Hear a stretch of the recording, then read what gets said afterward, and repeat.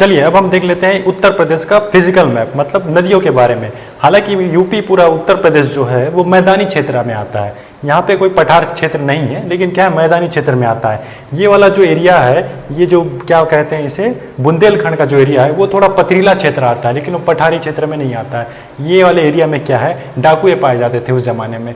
वो आपने मूवी देखी होगी पान सिंह तोमर, वो कहाँ के थे, ये बुंदेलखंड के क्षेत्र में थे। यहाँ के पथरीले क्षेत्र है, यहाँ पे एकदम पहाड़ है, छोटे छोटे पहाड़ है, और यहाँ पे क्या शूटिंग वूटिंग होता था, पुराने ज़माने में शूटिंग हुआ करता था यहाँ पे। ये थोड़ा सा पथरीला क्षेत्र है, और ये वाला थोड़ा सा पथरीला क्षेत्र है, और ये वाला जो है यहाँ पे थोड़ा सा पठारी एरिया है। सहारनपुर ये थोड़ा सा, ये पास क्या है, थोड़ा सा पठार एरिया है। बाकी पूरा जो है मैदानी क्षेत्र है, बाकी का यूपी क्या है, पूरा मैदानी क्षेत्र है। तो आज हम पढ़ेंगे यूपी के नदियों के बारे में। तो ये ज़्यादातर देखा जाए तो ये गंगा नदी अपवाह तंत्र में आता है। ये जो पूरा उत्तर प्रदेश का जो नदियों का जो बेसिन है वो गंगा बेसिन में आता है। पूरे जो नदियाँ आती हैं जो गंगा नदी में आती है, मतलब गंगा बेसिन में आती है। तो चलिए एक एक करके हम लोग सब मिल के पढ़ते हैं, एक एक करके हम लोग पढ़ते हैं पूरे नदियों के बारे में। तो चलिए शुरू करते हैं। सबसे पहले जो यमुना नदी है, यमुना नदी जो है यमुनोत्री से निकलती है, उत्तराखंड से।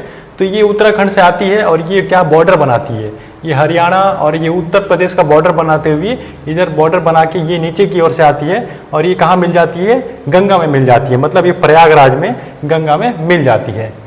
तो क्या है, यमुना नदी कहाँ से आती है, यहाँ पे आती है। गंगा नदी तो फिर गंगोत्री से आती है। गंगा नदी बनती है, मैंने बताया था, लेकिन ये उत्तराखंड के गंगोत्री से निकलती है गंगा नदी। और यहाँ से गंगा नदी निकलती है, और वहाँ से जब यूपी में प्रवेश करती है तो ये यहाँ से उत्तराखंड से आती है, और ये बहुत ही बड़ा क्षेत्र लेके आती है यहाँ से। और ये आने के बाद यहाँ प्रयागराज में संगम बनाती है यमुना के साथ में। आगे निकल के गोमती नदी के साथ ऐसा संगम बना के ये आगे निकल जाती है, कहाँ, बिहार में निकल जाती है। तो दो नदी हमने देख लिए। अब हम लोग देखते हैं आगे, फिर देखते हैं रामगंगा। रामगंगा नदी ऊपर से ही आती है, ये आपका नेपाल क्षेत्र से आती है। यहाँ से निकल के ये नीचे आती है, और यहाँ पे क्या बनाती है, संगम बनाती है, गंगा नदी में यहाँ पे मिल जाती है। उसके बाद देखते हैं गोमती नदी। गोमती नदी भी कहाँ से आती है, ऊपरी क्षेत्र से आती है, और ये भी नेपाल से ही आती है, और ये यहाँ से निकल के यूपी में प्रवेश करती है, और ये यहाँ पे आके सीधा वाराणसी में मिल जाती है, यहाँ पे संगम बनाती है। तो कौन कौन सी नदियाँ आती हैं, रामगंगा, गोमती नदी, और ये शारदा नदी। शारदा नदी फिर आती है, शारदा नदी यहाँ से आके निकलती है, ऊपरी क्षेत्र में निकलती है। ये वाला ऊपरी क्षेत्र में लखीमपुर खीरी क्षेत्र से निकलती है, और यहाँ से निकल के सीधा कहाँ जाती है, सीधा जाती है आपका यूपी के बाहर। मतलब ये कहाँ पे बनाती है, यहाँ पे संगम बनाती है। उसके बाद फिर घाघरा नदी।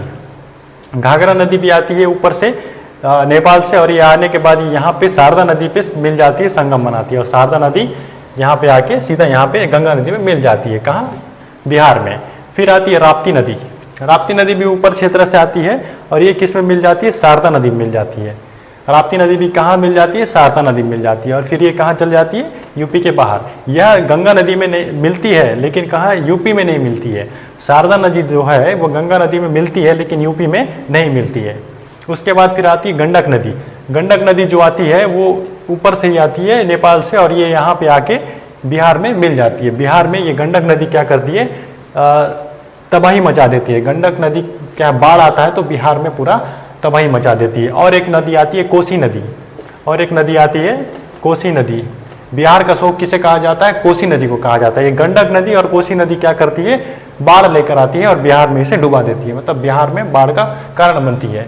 ये दो नदियाँ जो है बिहार में प्रॉब्लम करती है। उसके बाद ये ऊपर का क्षेत्र हमने देख लिया। उसके बाद हम लोग देखते हैं नीचे का क्षेत्र। ये जो चंबल का क्षेत्र है ये पथरीला क्षेत्र है। यहाँ से जो नदियाँ निकलती है वो घाटी वाटी के जगह से निकलती है। पथरीला क्षेत्र घाटी वाला क्षेत्र होता है, यहाँ पे क्या है, थोड़ा रूखा सूखा ज़्यादा है। तो चंबल से, यहाँ चंबल क्षेत्र से क्या है, ये चंबल नदी निकलती है, और ये यहाँ पे यमुना में आके मिल जाती है। ये यमुना नदी में, ये क्या है, दिल्ली के पास से यमुना नदी गुजरती है, और वही चंबल नदी जो यमुना में आके मिल जाती है। एक बार पूछा था क्वेश्चन कि चंबल, सिंध, बेतवा, केन, ये नदी कौन सी नदी में मिल जाती है, ये क्वेश्चन पूछा हुआ था यूपीएससी में। तो ये जो है चंबल नदी यमुना में मिल जाती है। फिर आती है सिंध नदी। ये सिंध, बेतवा, केन, ये कहाँ की है, मध्य प्रदेश से आती है। ये भी मध्य प्रदेश से आती है, और ये भी मध्य प्रदेश से आती है, और यहाँ से आके ये भी यमुना नदी में मिल जाती है। फिर आती है बेतवा। बेतवा नदी भी कहाँ मिल जाती है, यमुना नदी में मिल जाती है। फिर आती है केन नदी, ये भी कहाँ से आती है, मध्य प्रदेश से आती है, और ये यमुना नदी में मिल जाती है। उसके बाद टॉन्स नदी, ये टॉन्स नदी भी कहाँ से आती है, मध्य प्रदेश से आती है और ये कहाँ मिल जाती है, प्रयागराज में आके मिल जाती है, संगम बनाती है। प्रयागराज में कुंभ का मेला लगा था, जहाँ संगम में क्या हुआ था, बहुत से लोग स्नान किए थे, तो यही संगम में आके ये नदी मिल जाती है। उसके बाद फिर आती है सोन नदी। सोन नदी जो आती है वो निकलती है अमरकंटक की पहाड़ियों से निकलती है सोन नदी, और यहाँ से आके ये कहाँ मिल जाती है, यूपी में जब घुसती है तो यहाँ पे रिहंद नदी छत्तीसगढ़ से आती है, और ये कहाँ पे, यहाँ पे संगम बनाती है। कहाँ पे संगम बनाती है, ये यूपी के क्षेत्र में। यहाँ पे मैंने बताया था रावतगंज, यहाँ पे मैंने बताया था रावतगंज। यहाँ पे क्या संगम बनाती है, यहाँ पे झील है वल्लभ पंत सागर, गोविंद वल्लभ पंत सागर झील यहाँ पे बनाती है, और ये आगे चल के सोन नदी में मिल जाती है। फिर एक कन्नर नदी आती है, ये भी छत्तीसगढ़ से आती है, और ये नदी आके ये भी यहाँ सोन नदी में मिल जाती है, और सोन नदी यहाँ से निकल के ऐसा ये आपका गंगा नदी में मिल जाती है। मतलब ये सोन नदी सहायक नदी है गंगा नदी की। जितनी भी ये नदियाँ हैं ये सहायक नदी है गंगा नदी की। हालांकि ये जो सहायक नदी है ये यमुना नदी की सहायक है, लेकिन यमुना नदी सहायक नदी है गंगा नदी की। और उसके बाद ये कहाँ है, ये सीधा कहाँ निकल जाती है, बिहार में निकल जाती है। तो आपको ये वीडियो पसंद आया होगा। यूपी का नदियों के बारे में हमने सारे डिटेल पढ़ लिए हैं, जो जो इंपॉर्टेंट थे उन सभी नदियों को पढ़ लिए जो एग्जाम में आते हैं। तो आपको वीडियो पसंद आया होगा। अगर पसंद आया तो वीडियो को लाइक सब्सक्राइब जरूर करें। उम्मीद है आपको वीडियो पसंद आया होगा। अब हम मिलेंगे आपको नेक्स्ट वीडियो में, तब तक के लिए जय हिंद।